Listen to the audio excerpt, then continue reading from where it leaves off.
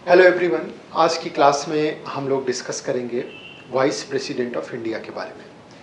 Vice president of India के बारे में 10 पॉइंट्स में हम चर्चा करेंगे और ये 10 पॉइंट्स आपको ध्यान रखना है। ये 10 पॉइंट्स आपके लिए वाइस प्रेसिडेंट से संबंधित एक मैग्नेटिक पावर बन जाएगा। बाकी जो चीज़ें हैं वो चाहे करंट से जुड़ी हुई हों या अन्य अदर जो कॉन्सेप्ट्स हैं वो अपने आप धीरे धीरे आकर के यहाँ फिक्स होने लगते हैं, चिपकने लगते हैं। जब आप किसी भी चीज़ पे कहीं भी खुद को फिक्स करते हैं तो अदर चीज़ें ऑटोमेटिक आकर के उसमें मर्ज होने लगती हैं। ठीक, तो ये 10 पॉइंट्स में वाइस प्रेसिडेंट के बारे में आइए चर्चा करते हैं। बार बार यहाँ से रिलेटेड क्वेश्चन सिविल सर्विसेज के पेपर में पूछा जाता रहा है। तो सबसे जो पहली चीज़ आपको समझना है कि देश का जो उपराष्ट्रपति है वो दूसरा सर्वोच्च संवैधानिक पद होता है। इसकी चर्चा संविधान में कहाँ की गई है यह हमें पता होना चाहिए। तो भारत के संविधान का जो आर्टिकल 63 है उसमें चर्चा है भारत के उपराष्ट्रपति के बारे में कि देश के अंदर एक पद होगा, वो उपराष्ट्रपति का पद होगा और उसकी चर्चा संवैधानिक रूप से आर्टिकल 63 में की गई है। इसके साथ ही साथ एक बात और ध्यान रखना है कि आर्टिकल 63 से लेकर के 71 तक का जो आर्टिकल है वो उपराष्ट्रपति से संबंधित है। दूसरा पॉइंट आपको ध्यान रखना है कि ये देश का दूसरा सर्वोच्च पद है, संवैधानिक रूप से दूसरा सर्वोच्च पद है। राष्ट्रपति के बाद जो है उपराष्ट्रपति का पद आता है। तीसरा पॉइंट जो आपको ध्यान रखना है वो ये है कि ये राज्यसभा के पदेन सभापति होते हैं। मतलब कहने का कि इसके लिए उनको अलग से कोई शपथ नहीं लेनी पड़ती राज्यसभा का सभापति होने के लिए। जैसे ही उपराष्ट्रपति अपने पद की शपथ लेता है तुरंत उसके साथ ही वो राज्यसभा का सभापति भी हो जाता है। उसके लिए अलग से कोई प्रोविजन या अलग से कोई शपथ लेने की जरूरत नहीं होती है। इसकी चर्चा भारतीय संविधान के आर्टिकल नंबर 64 में की गई है। और फोर्थ पॉइंट देखेंगे कि इसके निर्वाचन की प्रक्रिया की अगर बात करें तो जो उपराष्ट्रपति का निर्वाचन की प्रक्रिया है उसमें संसद के दोनों सदन यानी लोकसभा और राज्यसभा दोनों सदनों के दोनों तरीके के सदस्य यानी जो निर्वाचित हैं और जो मनोनीत हैं, इलेक्टेड मेंबर और नॉमिनेटेड दोनों मेंबर्स हिस्सा लेते हैं। तो यानी कि सभी सदस्यों के द्वारा। और जो इसकी चुनाव का तरीका है वो क्या होता है, आनुपातिक प्रतिनिधित्व प्रणाली के एकल संक्रमणीय मत सिद्धांत के द्वारा, एकल हस्तांतरणीय मत प्रणाली जिसको सिंगल ट्रांसफरेबल वोट सिस्टम कहा जाता है, उसके द्वारा ये चुनाव संपन्न होता है। नेक्स्ट पॉइंट आपको ध्यान रखना है कार्यकाल के बारे में। कार्यकाल भारत के उपराष्ट्रपति का कार्यकाल 5 वर्ष का होता है और वो पद पर अपने तब तक बना रहता है जब तक कि उसका उत्तराधिकारी ना आ जाए। इसके अलावा एक बात और ध्यान रखना है कि भारत के अंदर जो उपराष्ट्रपति है वो कितनी भी बार पुनर्निर्वाचित हो सकता है। यानी कि जरूरी नहीं कि उसको 1 टर्म मिलेगा, 2 मिलेगा, जितनी बार भी वो चुना जाए और इलेक्ट हो सके उतनी बार वो आ सकता है। नेक्स्ट पॉइंट आपको ध्यान रखना है योग्यता के बारे में। तो योग्यता में सबसे पहली एलिजिबिलिटी है उसको भारत का नागरिक होना चाहिए, 35 वर्ष की आयु पूरी कर चुका हो। और 35 वर्ष की आयु राष्ट्रपति के लिए भी जरूरी है, उपराष्ट्रपति के लिए भी जरूरी है। राज्यसभा का सदस्य बनने के लिए जो एज लिमिट है वो 30 है। लोकसभा का मेंबर बनने के लिए एज लिमिट 25 है। और गांव का प्रधान बनने के लिए 21 साल, आईएएस बनने के लिए भी एज मिनिमम 21 साल होनी चाहिए। ठीक, तो यहाँ पर राज्यसभा का सदस्य बनने के लिए दूसरी शर्त जो है वो 35 वर्ष की आयु पूरी कर चुका हो। तीसरी बात है कि वो राज्यसभा का सदस्य बनने की योग्यता रखता हो। और चौथा है कि वो किसी लाभ के पद पर ना हो तो वो ऐसा व्यक्ति योग्य होगा भारत का उपराष्ट्रपति बनने के लिए। नेक्स्ट पॉइंट देखेंगे, त्यागपत्र की अगर बात करें तो राष्ट्रपति अपना त्यागपत्र उपराष्ट्रपति को देगा और उपराष्ट्रपति अपना त्यागपत्र राष्ट्रपति को देता है। दोनों के बीच में इस तरीके का संबंध है। यानी राष्ट्रपति अपना त्यागपत्र अगर देना चाहेगा तो वो उपराष्ट्रपति को देगा और उपराष्ट्रपति अपना त्यागपत्र राष्ट्रपति को देते हैं। ठीक, 8वां पॉइंट देखिए, हटाने की प्रक्रिया। अगर उपराष्ट्रपति को पद से हटाना है तो इस प्रक्रिया में राज्यसभा को विशेष बहुमत से एक प्रस्ताव लाना होगा और उस प्रस्ताव को विशेष बहुमत से पास करना होगा जिस पर लोकसभा सहमत हो। और जैसे ही ये दोनों सदनों से पास होगा उपराष्ट्रपति का पद खाली हो जाएगा, रिक्त हो जाएगा। 14 दिन पहले से नोटिस देना जरूरी होगा। हटाने की जब प्रक्रिया शुरू करनी है तो उससे 14 डेज पहले नोटिस देना होगा। एक बात ध्यान रखिएगा, राष्ट्रपति को जो हटाने की प्रक्रिया है उसमें महाभियोग, उसको महाभियोग कहा जाता है। महाभियोग के आधार पर हम राष्ट्रपति को पद से हटाते हैं। उसके साथ ही उसमें कारण भी होता है। कि संवैधानिक किसी भी जो संवैधानिक व्यवस्था उसका उल्लंघन, संविधान का अगर राष्ट्रपति ने उल्लंघन किया है तो वही महाभियोग का आधार बनता है। लेकिन उपराष्ट्रपति के संदर्भ में उसको पद से हटाने में किसी भी आधार की जरूरत नहीं है। बस केवल और केवल राज्यसभा विशेष बहुमत से प्रस्ताव पारित करे, लोकसभा उससे सहमत हो और उपराष्ट्रपति का पद रिक्त हो जाएगा।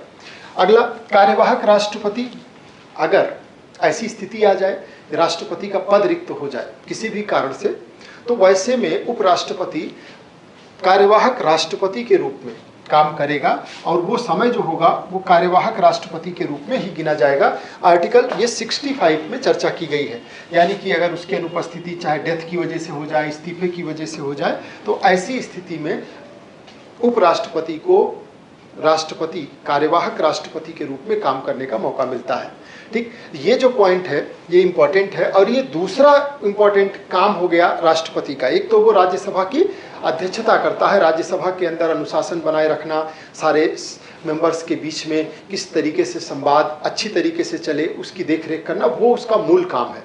लेकिन अगर विषम परिस्थिति आए देश के सामने तो राष्ट्रपति के पद के रिक्त होने पर उपराष्ट्रपति कार्यवाहक राष्ट्रपति के रूप में भी काम करेगा। ठीक, और अंतिम पॉइंट जो आपको याद रखना है वो मतदान के अधिकार से संबंधित है। ऐसे इन जनरल उपराष्ट्रपति कभी भी सदन में मतदान नहीं करता है। किसी भी विषय पर अगर वोटिंग की स्थिति आ गई है तो उसमें वोट नहीं करेगा। लेकिन हाँ, अगर टाई की स्थिति आ जाए दोनों के बीच में, दोनों तरफ, तो कास्टिंग वोट का प्रयोग कर सकता है और कास्टिंग वोट का प्रयोग करके जो भी मतभेद है उसको समाप्त करने का काम करता है। तो ये 10 पॉइंट्स आपको ध्यान रखना है और इसमें कोशिश ये करना है। देखिए, मैंने आपको पहले भी बताया, आपको सिर्फ 5 मिनट में ये काम करना है। एक पेज लिया और आपने उस पर लिखना स्टार्ट किया। जब आप 10 पॉइंट्स में से 5, 6, 7 शुरुआत में प्रयास करेंगे तो इतना लिख ले जाएंगे, और जब इतना लिख पा रहे हैं तो धीरे धीरे उसको इम्प्रूव करिए और 10 पॉइंट्स पे ले आइए। फिर इसके बाद ये 10 कब 15 हो जाएगा आपको पता नहीं चलेगा। जब 10 को आपने फिक्स कर लिया तब उसके बाद ऑटोमेटिक उसमें ग्रोथ स्टार्ट हो जाएगी। वो 10 पॉइंट्स आपके लिए मैग्नेट बन जाएगा और फिर इससे रिलेटेड चीज़ें जो भी मिलेंगी, आप न्यूज़पेपर पढ़ेंगे, आप कोई करंट अफेयर्स की चीज़ें देखेंगे, आप कोई क्वेश्चन सॉल्व करेंगे, आप बुक रीडिंग करेंगे, तो वहाँ से जो पॉइंट्स मिलेंगे वो ऑटोमेटिक आकर के आपके इस कंटेंट के साथ में ऐड हो जाएंगे। तो ज़रूरत क्या है? ज़रूरत इस बात की है कि हम अपने आप को कहीं पहले किसी हर टॉपिक में कहीं ना कहीं फिक्स करें। ठीक, इसके बाद एक पॉइंट ये ध्यान रखिएगा कि जब इस मैग्नेट की बात मैं आपसे क्यों कह रहा हूँ, मैग्नेट की बात इसलिए कह रहा हूँ कि वो चीज़ें आपको उस रूप में ऐड ऑन करने के लिए, कॉन्फिडेंस बढ़ाने के लिए ज़रूरी हो जाती हैं। और सफलता के लिए भी एक ऐसा ही अपना फिक्स करने का स्वरूप होता है। सफलता के लिए सबसे बड़ी चीज़ होती है, कहा जाता है कि सफलता का अपना एक ढांचा है, सफलता का एक अपना स्वरूप है। और अगर हम चाहते हैं कि सफलता हम में समा जाए तो हमें अपने आप को सफलता के स्वरूप में ढालना होगा। यानी कि जितनी बड़ी सफलता है उतना बड़ा हमारा उस स्वरूप का आकार हमें अपना लेना होगा। यानी कि हमें उसके लिए अपने आप को पात्रता में लाना होगा, वैसा पात्र मुझे अपने आप को बनाना होगा। यानी कि उसी को कहा जाता है पात्रता, स्वयं को उसके योग्य बनाना ताकि सफलता हम में समा सके। ये बहुत बड़ा काम नहीं होता है, ये कोई बड़ा काम नहीं होता है। ये होता है हम चाहते क्या हैं। अगर हमें IAS बनना है तो उसके लिए हमें क्या चाहिए, उसके लिए क्या क्या बेसिक नीड्स हैं उसको हमें समझना होगा और उसके अनुसार हमें अपने आप को ढालने का प्रयास करना है। चीज़ें हमारे अनुकूल होती चली जाती हैं। ठीक, अब आइए देखिए उपराष्ट्रपति से रिलेटेड प्रीलिम्स में किस किस तरीके के क्वेश्चंस पूछे गए हैं उसकी चर्चा करते हैं। जैसे फर्स्ट क्वेश्चन है, कई बार ये पूछा गया है कि उपराष्ट्रपति के चुनाव में कौन कौन भाग लेता है। तो अभी आपने देखा था उपराष्ट्रपति के चुनाव में लोकसभा और राज्यसभा के दोनों सदनों के इलेक्टेड मेंबर्स और नॉमिनेटेड दोनों मेंबर्स भाग लेते हैं। तो केवल लोकसभा गलत, केवल राज्यसभा गलत, संसद के दोनों सदनों के सभी सदस्य निर्वाचित और मनोनीत। ठीक है, आपका आंसर सी होगा। नेक्स्ट क्वेश्चन है कि उपराष्ट्रपति का चुनाव किस प्रणाली से होता है। तो अभी मैंने बताया आनुपातिक प्रतिनिधित्व प्रणाली के एकल संक्रमणीय मत सिद्धांत, single transferable vote system, STV प्रणाली से होता है। आंसर आपका बी होगा, साधारण बहुमत से नहीं, प्रत्यक्ष नहीं। ठीक है ना। और पहला पिछड़ा ये भी नहीं, यानी कि आंसर क्या हो जाएगा? एकल हस्तांतरणीय मत, सिंगल ट्रांसफरेबल वोट सिस्टम के माध्यम से संपन्न होता है।